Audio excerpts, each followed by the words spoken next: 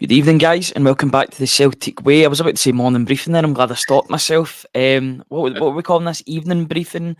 TCW reacts? Something, one of the others. We'll have a working title in there while we think of something better to start off the show with. TCW react to today's press conferences. We'll go with that.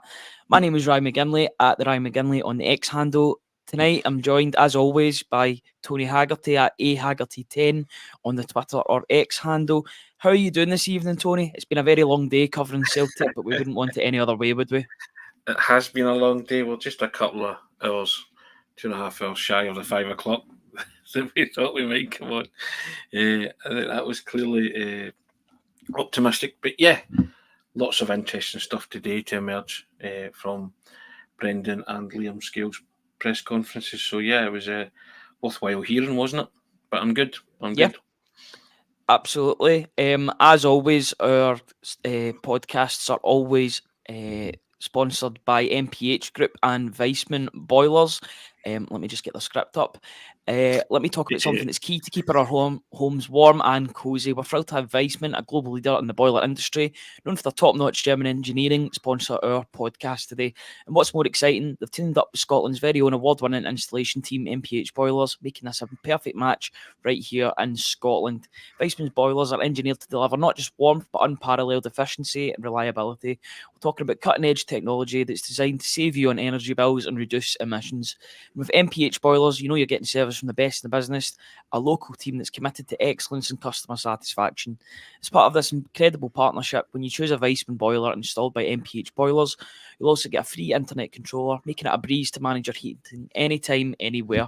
Plus, they're offering the first year service free. It's all about giving you peace of mind and making sure you're looked after. So, if your boiler is showing its age or you're considering an upgrade, this is your chance to get world-class engineering with local expert service, Weissman and MPH Boilers. It's truly a match made in Scotland.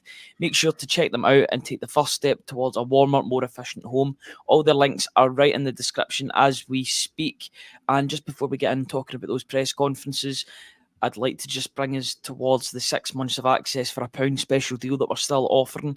The uptake has been absolutely incredible over the past 2.5, 3 weeks it's been going on, but we cannot continue to do what we do on these free videos without the support on the website. You scratch your back, we'll scratch yours in that regard. 6 months of access for £1, plus a free Kyogo Furuhashi print from renowned football artist made by Frankie.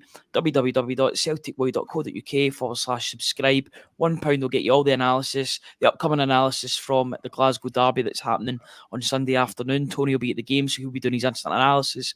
I'll be doing player ratings, so those two will be up at most 10-15 minutes after the game, so just keep a lookout on our social media sites to see when they come out on the internet.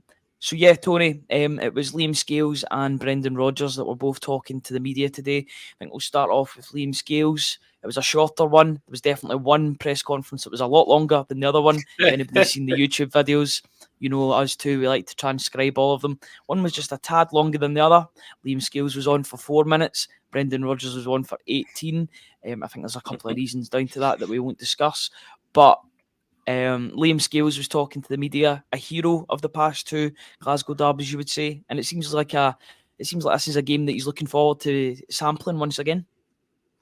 Yeah, he was flung in kind of exceptional circumstances at the first one in September, wasn't he? Him and Gustav Lagerbielke, as I've said, kind of muddled through somehow, got there, kept a clean sheet. Celtic won 1-0, courtesy of Kyogo Furuhashi's wonderful strike. But yeah, he's classing himself now. He's a veteran now. He's going for his third, and he's going for his third win in a row. He's undefeated, and so here's hoping he can keep that record up. But he was at pains to stress that it was not a decider today, wasn't he, Ryan? That was his kind of take away from that. That it's that's the United. I think that's a united opinion at Celtic at this moment in time. As much as I think it'll go a long way to deciding where the title is going to go, it's not the be-all and end-all. There's still another Glasgow derby to come. When that is going to be placed, we're not so sure. Maybe even the first game of the split, first if not second or third. It's definitely not going to be in the latter stages, that's for sure, given how close the title is going to be. It's going to go right down to the wire, you would presume. You would hope that it would go down. If it is a close title race, both teams can still win it on the final day. If not, Celtic have already wrapped it up. That would be an ideal scenario, but Celtic have got to be in it to win it.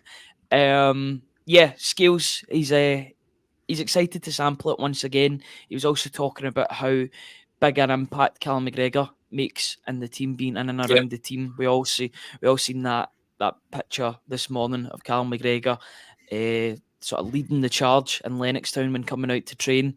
He was talking about how good a player he is and how big a leader he is in the team and in the dressing room as well, both on and off the pitch. He echoes what a lot of us say about Callum McGregor, doesn't he, Liam Scales? He is a fan talking about, Yeah. and he is a fan of Callum McGregor in that regard as well.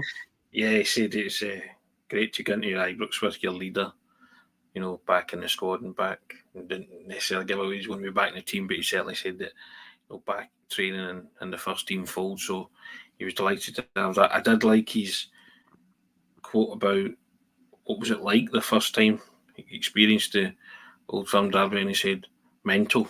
That was the word he used. He said it was mental, to be honest. I couldn't catch my breath for 10 minutes.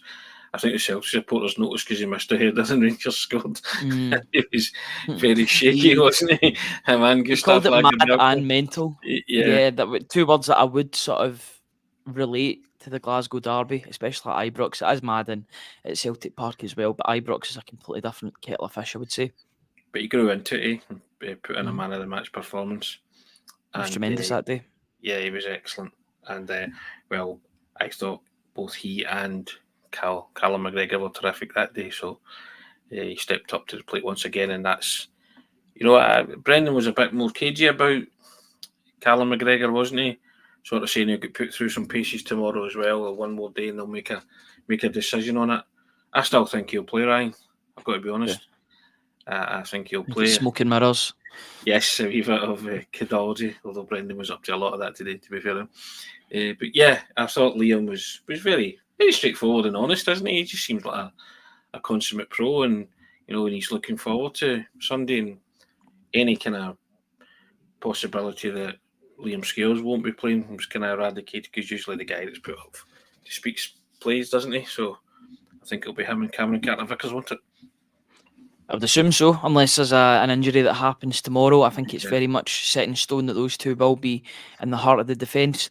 Before we get on to talk about the current Celtic manager, I just want to take a quick moment to talk about the previous Celtic manager that's firmly tied his colours to the mast today. He says he's very much on the green and white side, as you'd expect. They were his employers just under a year ago, so I would expect that sort of affinity to still be the same. But it's great to hear Ange Postecoglou talking about Celtic in his pre-Nottingham Forest match. I think Nottingham Forest are going to Spurs, the Tottenham Hotspur Stadium on Sunday, I believe. Yeah, Sunday, yeah. But he said he would, because of 12 o'clock kickoff, he would see it. So, yeah, and he just told these things work out. Yeah, absolutely. It's great to hear that Ange Postecoglou. I don't know about you, Tony. I've not lost any love for the guy at all. I know the way it left was a tad disappointing, although he did wait until the end of the season, something that the current manager didn't do. But people were still disappointed that he left and thought it was maybe a sort of a sour note on a treble. But he still won the treble, and he's still widely loved by loads and loads of Celtic fans all across the world. His history will be incredibly kind to Ange Postecoglou, is what I'm trying to say. Of course it will, and it's always nice to hear someone, when they're gone elsewhere, talk highly of Celtic and what their achievements were, and the fact that they still support the club. Lumir Moravcik was talking about it the other day. He's going to search out a bar in the Czech Republic to find it, because he's still a big supporter. And listen, once that club gets under your skin, it gets under your skin. You become a fan, and doesn't leave you. It never leaves you. And I often quote older managers, and Jock Stein for me nailed it when he said Celtic weren't his first love, but they'll certainly be his last. And I think a lot of players managers, people that come into contact with this football club, might not be in the first love, but if this club, if you're fortunate to represent this club in any shape or form, you become a fan for life after it, because you're not going to get that adulation, and especially if you contribute to the fabric and the history of the football club in a positive way, you are never forgotten, which is why people always speak very highly of their time at the club, unless, of course, they were there during a fallow period somewhere, but they still speak very highly of the club. I've interviewed Stuart Slater before, who says it was probably the right player at the wrong time, but can't speak highly enough of his short spell at the club. So, yeah, some people in life are just fortunate to represent the club. Ryan, we'd love to did what they did, and Ange is no different. Ange, Absolutely. Ange made went on to, you arguably say, went on to bigger and better things. But as a Celtic, bigger things in a league, but yeah, in terms of maybe better paid, money, but yeah, exactly. Yeah. But to you and I, the Celtic managerial job is the best manager's job in world football. It's not, but to you and I, it is. You know what I mean? It's not to everybody, but yeah, absolutely. And I'm delighted to see that it looks as if his top four hunt at Spurs is going to go well. I think they've got quite a bit of a gap between them and Manchester United. The way the seasons go in the Premier League, not to become a Premier League podcast or anything like that, or a Premier League briefing, but I think fifth place is going to get a Champions League spot as well, just given the way the season is. So all the best, Ange Postecoglou, and I hope he gets that in his first season at Spurs. Always want the best for our former managers, of course. Now we'll talk about the present manager, who was in the Premier League last season, who's came back to Celtic following his spell at Leicester. Brendan Rodgers was talking about the upcoming game, the Glasgow Derby. I think it's on everybody's lip. He's also talking about Cal McGregor's return. I think he's been a wee bit more sheepish than maybe we would have thought. A couple of comments. I know that I've been speaking to a couple of people today, maybe more so in his Sky Sports report, saying that it's not a must-win. Celtic don't need to win the game. For a couple of people, that's maybe rubbed them up the wrong way. I don't want to go that far, but at the same time, I'm hoping the message is a tad different to the players than what he's portraying to the media. Is he trying to take the pressure off the players, do you think? But then again, he spoke to the broadcast media, didn't he? The written media, and said, I don't set out teams to lose or draw. I send them out to win, and I'm going to win. Or I'm going to set up my team to win, and we're going to play to win. So he kind of... I think he's having a bit of fun with the media, would you agree? I think he was, yeah. And, he was asked the inevitable question about John Beaton as well. And he came through that with flying colours. There was a bit of reverse psychology there, said that John Beaton's one of the best referees in Scotland. I did laugh when I read that, and he explained that he was only having a pop at him for that day at Tynecastle. But yeah, he was. I thought he was very calm and very measured, and I get what he's saying when he's talking to Sky and saying that it's not a must win. I think he's trying to downplay the importance of it. Every derby match is important. There's only one result that matters, and that's winning. But he was trying to keep a cool head and a calm, exterior, and that's the one thing. And I've written a piece which is going out at 8:00, and it's kind of based on that premise, isn't it? That if the manager's like that, he relishes this. This is when he comes into his own. And Ibrox is a place for cool heads on Sunday. Nobody will be cooler than the manager, the Celtic manager. So if he can transmit that to the players, then they're in a good place. They're in a good shape. There's a clean bill of health, more or less. So I was. What he was saying, yeah. I was. I laughed a couple of times at stuff that he said, but just typical Brendan. But I always like the manager in these things. He comes across very well, but there's no hyperbole around it. He just sort of says it's no derby's bigger than the other. They're big games, but he takes it in his stride. Yeah, I think there's definitely a comment that was made that I completely agree with, and I'm quite glad that he said it. The talk of the narrative and the talk of the storyline that's going on at Celtic just now. Now, Celtic and Rangers over the past 5 games have the same record. Yet, if you ask many people, especially the media, not to attack our own, I wouldn't go as far to say that, but the way the media is presenting it, the way I've read some predictions that have went through today, everyone seems to have it to be a draw or a Rangers win. I don't see as many Celtic wins out there as predictions, whereas Celtic have won the past 2 Glasgow derbies, they've won the past 2 league titles as well. Yet you would think that it was the opposite side. You think it was Rangers that had won the past 2, given not the favouritism, I'm not going to say that, but the fact that they've been made favourites in this game. I've watched Rangers recently, and yes, Celtic have not been firing on all cylinders, but now the Rangers, Rangers have been up and down. They concede goals like Celtic do, and I think this is a lot closer than what people are saying. I've got to be honest. Brian, I have one question to anybody tipping Rangers to win this match and win it handsomely. I would say, explain your rationale. Tell me why that is, and get them to absolutely break it down for you. I'm always, what do I always bang on about? Mood music. Brendan can sense that, right?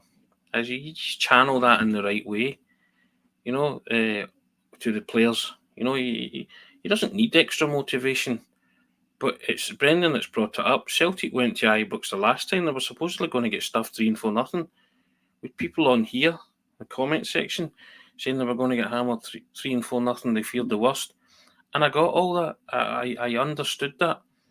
But my point to them was, we have a manager here who's worth his weight in gold. No, he is the highest paid manager at football club for a reason.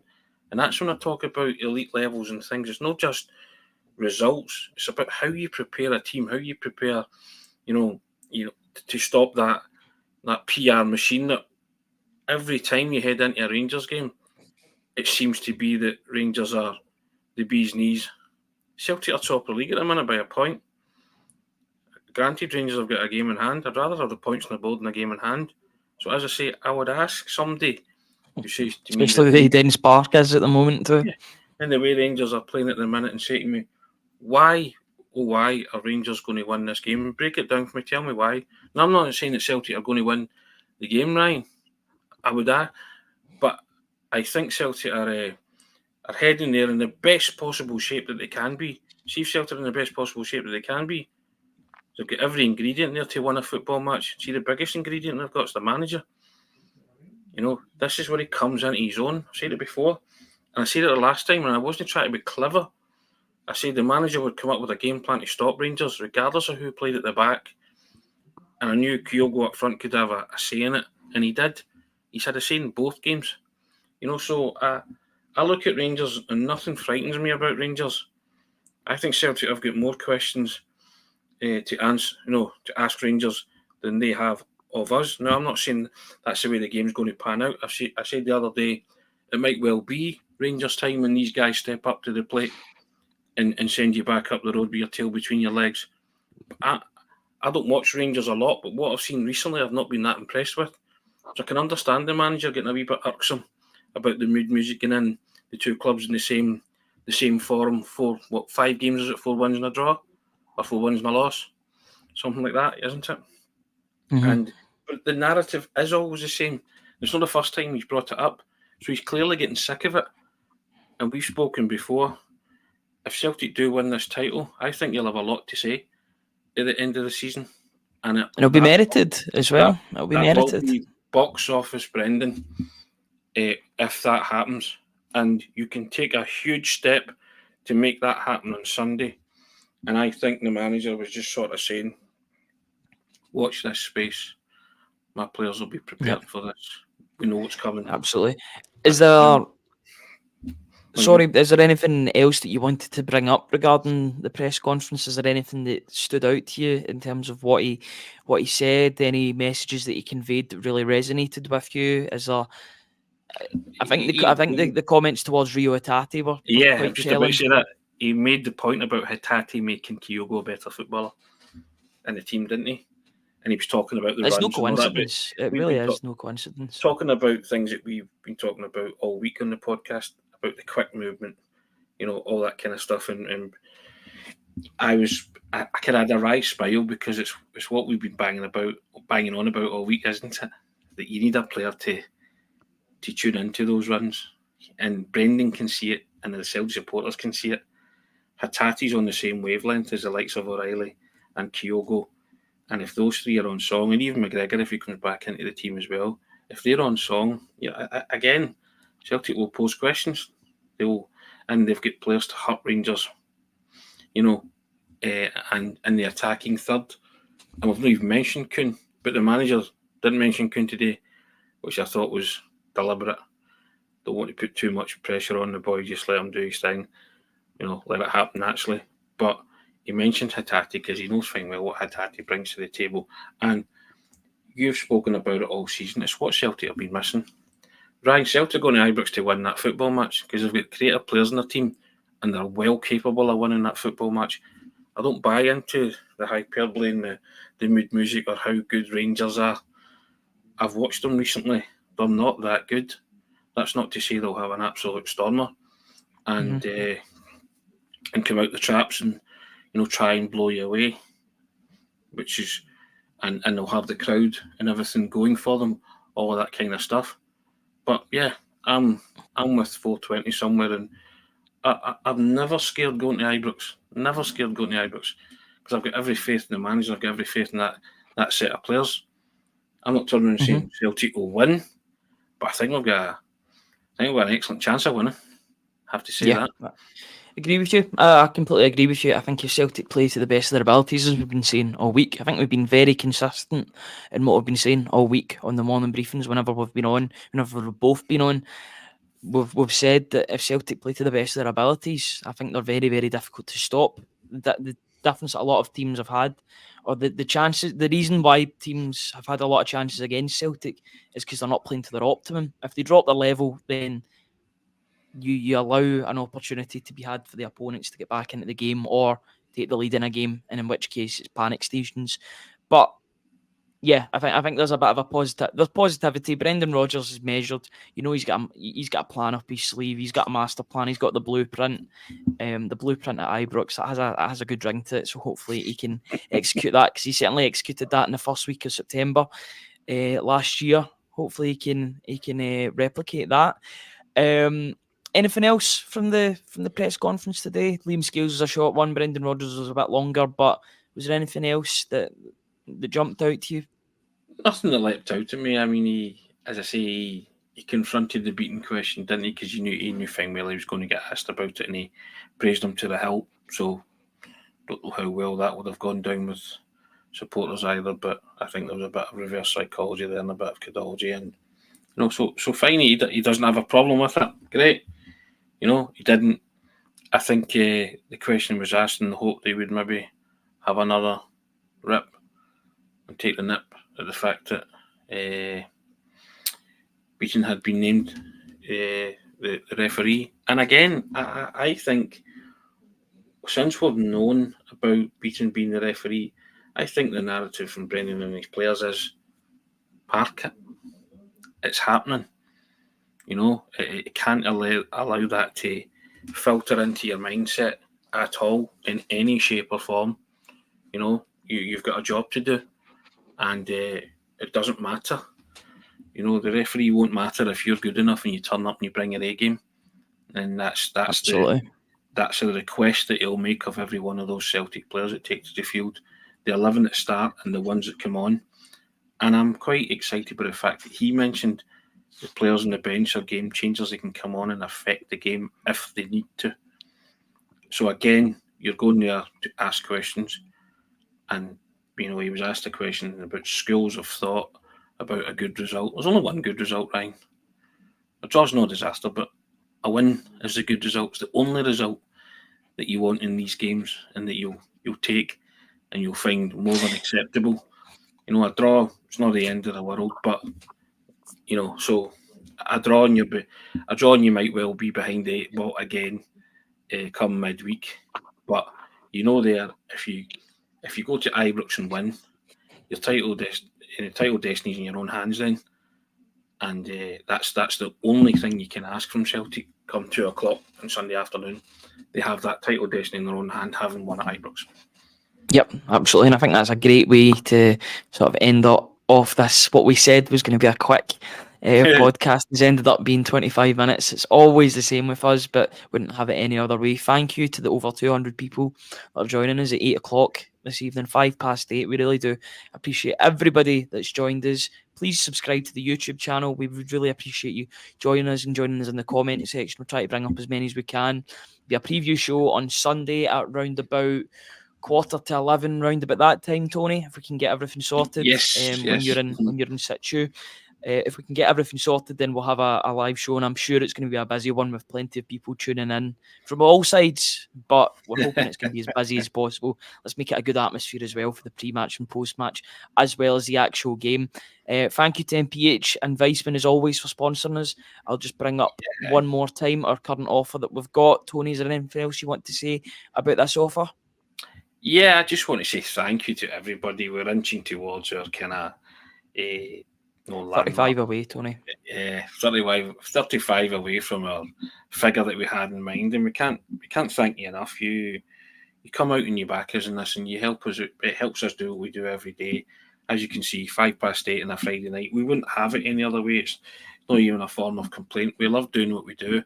Just Fridays are long days, or press conference days are long days. But hey, it is what it is. I wouldn't want to do anything else, and we hope and we believe that we bring some form of entertainment and talking Celtic and bring it into your homes, and you back us, and it's very much reciprocal. We appreciate everybody that does subscribe, our existing subscribers and our new subscribers who are going to get the benefit of that wonderful Kyogo Furuhashi artwork made by Frankie.